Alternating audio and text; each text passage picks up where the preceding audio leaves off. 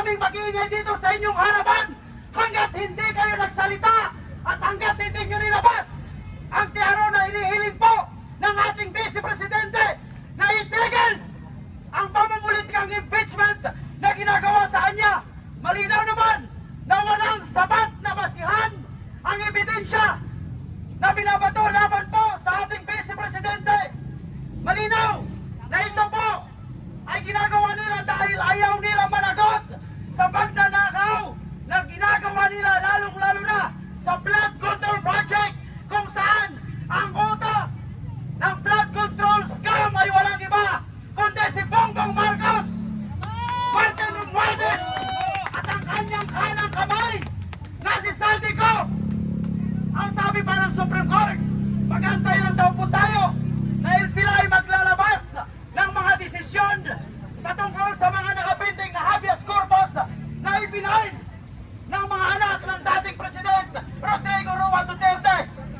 Ngunit kami po, sa mga maestrado po natin na nandito sa loob ng Supreme Court, hindi po kami titigil, hindi po kami mananahimik, at lalong hindi kami matatakot sa gobyernong baklan ni Bongbong Marcos. Kahit kami po ay tinatakot, kahit kami ay binabantaan na posibleng kaming lahat na nagbabatikos sa gobyernong adik ni Bongbong Marcos ay kakasuhan, hindi po kami mananahimik at lalong hindi kami titigil. Kaya sa mga matataas na maestrado po ng ating Korte Suprema, ito na po ang inyong pagkakataon.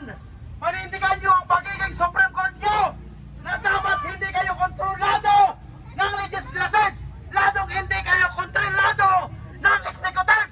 Kayo dapat ay separate branch of government na may sariling paninindigan na kayang magdesisyon sa mga kaso na hindi nare-resolba sa ating bansa. Kaya huwag nyo lang patagalin. Kung ito man ay maging pabor sa amin, kung ito man ay hindi, tatanggapin namin ang kinakailangan po namin ay isang kasagutan sa mga habeas corpus na nakapayo ngayon sa inyong opisina. Huwag nyo lang patagalin. Huwag nyo bitinin ang taong bayan dahil lalong tumatagal. Baka magkakagulo pa dahil sa nakikita natin ngayon, ang gobyerno ni Bongbong Marcos ay may tinatawag na de facto martial law na ang lahat ng mga nagsasalita sa kanyang gobyerno, yung lahat ng mga nagbabatikos ay binabantahan na kasuhan, binabantahan na mamatahimikin. Kahit itong si Martin Romualdez na nagsalita at tinuturo na ang opisina ni Bongbong Marcos ang tanging nag-a-aproba sa pag-release, lalong-lalo na sa mga proyektong flood control, ay gustong patahimikin. Kami, hindi nyo kami matatakot. Ordinaryong Pilipino lang kami. Hindi kami politiko. Lalong hindi kami komunista at NPA. Kami ay mga malayang Pilipino. Ordinaryong Pilipino na nagpapakayag sa aming karapatan. At may alam sa nangyayari sa ating bansa. Nakita natin kung paano tayo ginagago ng gobyerno ni Bongbong Marcos. Mantakin mo, sinasabi niya na hindi niya kayang tanggalin yung value-added tax sa produktong langis. Lalong hindi niya kayang tanggalin yung excise tax sa produktong langis dahil mawawalan daw ng kita na 300 billion ang ating gobyerno. Pero para saan pa? Kung ang kinikita ng gobyerno ay hindi rin naman napupunta sa taong bayan, lalong hindi napupunta sa proyekto na dapat ay mapupunta sa taong bayan. Nakikita natin ngayon ang nangyayari sa PGH. Ang sabi ng mga pupunta dyan, walang gamot. Kung may gamot man, kulang. At kailangan nilang pumila madaling araw hanggang hapon bago sila ay makatanggap ng appointment. Ganito po, pinababayaan ng gobyerno ni Bongbong Marcos ang mga Pilipino. Baliwala sa kanila kung tayo ay naghihirap, eh hindi nila kayang tanggalin yung value-added tax. Dahil para sa kanila, ito ay walang kita at wala na silang maipapasok sa kanilang maleta. Tama ang sinasabi ng ating Vice Presidente. Wala sa bangko ang mga ninanakaw, kundi nasa malita. Kaya sa ngayon, gigil na gigil po sila na ipa-impeach ang ating Vice Presidente dahil malapit na ang kanilang katapusan. At tama lang din ang ginawa ni Atty. Manscaudio na dapat kasuhan ng gobernador ng Bangko Sentral ng Pilipinas. Ang bagong bilik na direktor ng AMLAC dapat lang din kasuhan dahil kakaupo niya lang ay siya ay nagpauto, siya ay naging sunod-sunuran sa mga kongresistang buhaya na walang kasawaan, walang kabusugan sa pagnanakaw sa kaban ng bayan. Tama lang nakasuhan si Luistro, Ridon at iba pang miyembro ng Committee on Justice dahil sila ay sumusobra na sa limitasyon ng kanilang kapangyarihan. Kaya sa ating mga kababayan, hindi dapat tayo papayag na tayo ay maging sunod-sunuran. Hindi dapat tayo papayag na pa tayo ay patuloy na ginagago ng gobyernong bangag na ito.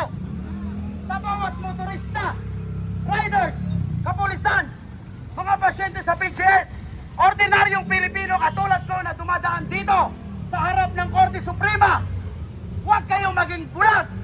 Huwag rin po kayong mga bingi sa mga nangyayari sa ating gobyerno. Dahil kung tayo ay patuloy na mananahimik, kung tayo ay patuloy na maging sunod-sunuran, lalo na po yung ating mga kapulisan, yung mga miyembro ng Armed Forces of the Philippines po natin, walang mangyayari sa ating bansa, kundi makahantong po tayo sa isang malaking kaguluhan. Yung NBI po natin, imbis na siya po ang nire-respeto ngayon, ngayon nakikita na natin na para bang yun na sa NBI ay naging tuta na rin ng gobyerno ni Bongbong Marcos, naging elemento sa de facto martial law na pinapatupad na ang lahat ng mga nagsasalita laban sa korupsyon, yung mga nagsasalita patungkol sa pagnanakaw ng gobyerno ni Bongbong Marcos ay tinatakot. Kaya nandito kami, hindi po kami manggulo, lalong hindi po kami maghamon ng kung anumang kaguluhan. Hindi rin namin papasukin ang Supreme Court.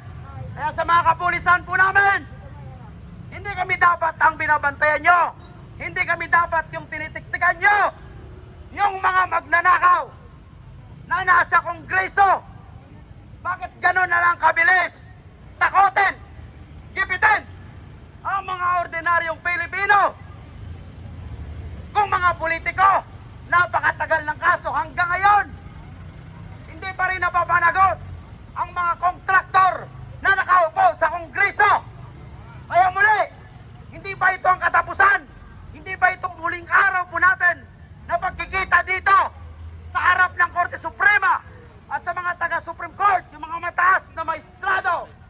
Hindi pa kami titigil hanggat hindi kayo naglabas ng TRO at ipatigil ang illegal fake impeachment laban po sa ating Vice Presidente. At maglabas na rin kayo ng TRO, maglabas na rin kayo ng desisyon sa mga habeas corpus na ipinail ng pamilya Duterte. Mabuhay ang bansang Pilipinas! Mabuhay ang bansang maisog! Babalik at babalik pa rin kami! Hindi kami susuko! Mabuhay! Duterte! Ayun, ang ating isang vlogger na si Kabayan Peach.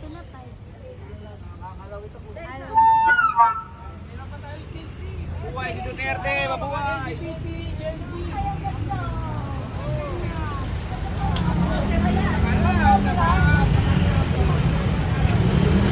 Maganda naman.